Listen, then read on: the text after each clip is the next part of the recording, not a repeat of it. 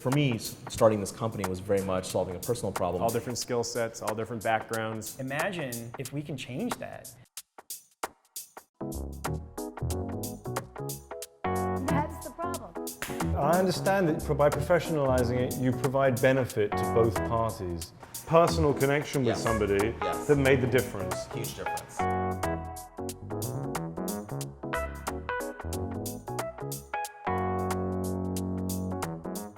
Have you ever heard the phrase, "Big Brother is watching you"? Sure. I mean, you're from the UK, so you must deal with that all the time. Well, your system is remarkably Big Brother-like. That the employer will have an overview of the hearts and souls of his employees. Yeah. You must have had that criticism laid at you before. So people wonder a little bit, right? Like, will people be comfortable sharing this information? I think the most important thing to remember is the vision and mission of the company, again, coming back to it. It really is about helping individuals, which means every decision we make has to have some impact and some ability to improve the lives and careers of the individuals who are our users. So for example, even the questions that we ask, some companies come in sometimes, they ask, like, can you use Discovery for performance reviews? Can we use Discovery to make better hiring decisions? The answer is no.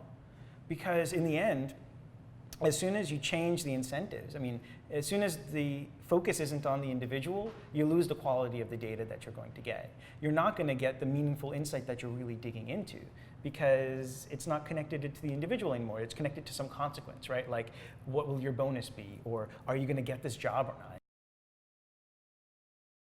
Do you use Discovery every day yourself? Well, I use it when it tells me I need to use it. We generally ask questions about twice a week, and it asks me how my day was. And the truth was, it's been helpful for me as a startup founder even, because as I've been growing the company, it means growing the team, right? It means figuring out who do I hire.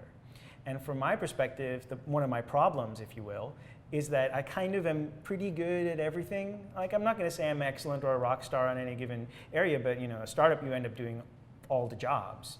So now the question is, which job do I pawn off first to somebody else?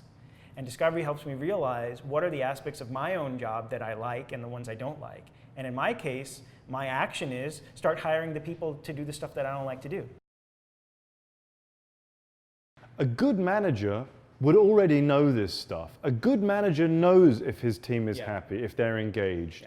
Is this then a system for bad managers? I think it's a better together strategy. So the thing about it is, a good manager may have some sense of this, but a good manager also hasn't been able to quantify this. A good manager doesn't have hard data that he or she can use to back up his own intuition and his own kind of gut instinct about the people.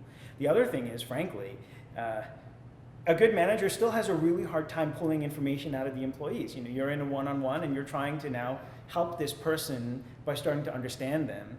And unless you're a career coach, I mean, some of this stuff is really hard to do, especially with your younger, kind of earlier stage employees.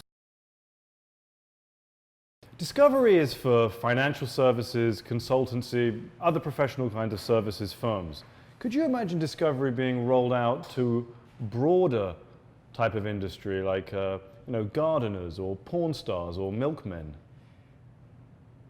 I don't really know that we could do that in at least the short to medium term. It doesn't make a lot of sense. The reason that we pick the industries that we have is because these are industries that place a tremendous amount of value on the quality and growth of their people. These are industries like, for example, in consulting, where you're going to bring someone in, you're going to bring them in as a junior consultant, their billing rate is going to be kind of X. As they grow and as they stay with the company, as they get more experience and expertise and move up the ranks, now their billing rate is moving farther and farther up. And that's really important for a company like that then to be able to keep that person, to be able to find the right opportunities for that person and to help that person grow. What's the vision of Discovery? If Discovery existed in every single company in America, what kind of America would we live in? Frankly, and this goes back to this problem of engagement, right? 20% or less of people in this country are really connected to their jobs. If we can change that, imagine if everybody in this country woke up in the morning and was thrilled about going to work today.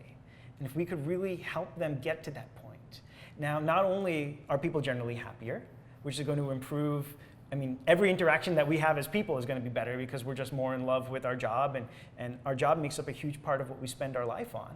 So, I mean, that's a huge benefit to people's lives. In addition to that, think about how much you improve the productivity of our economy. You're talking about now millions, hundreds of millions of people who are doing their jobs better. And now what is the output of the economy that comes with that sort of power?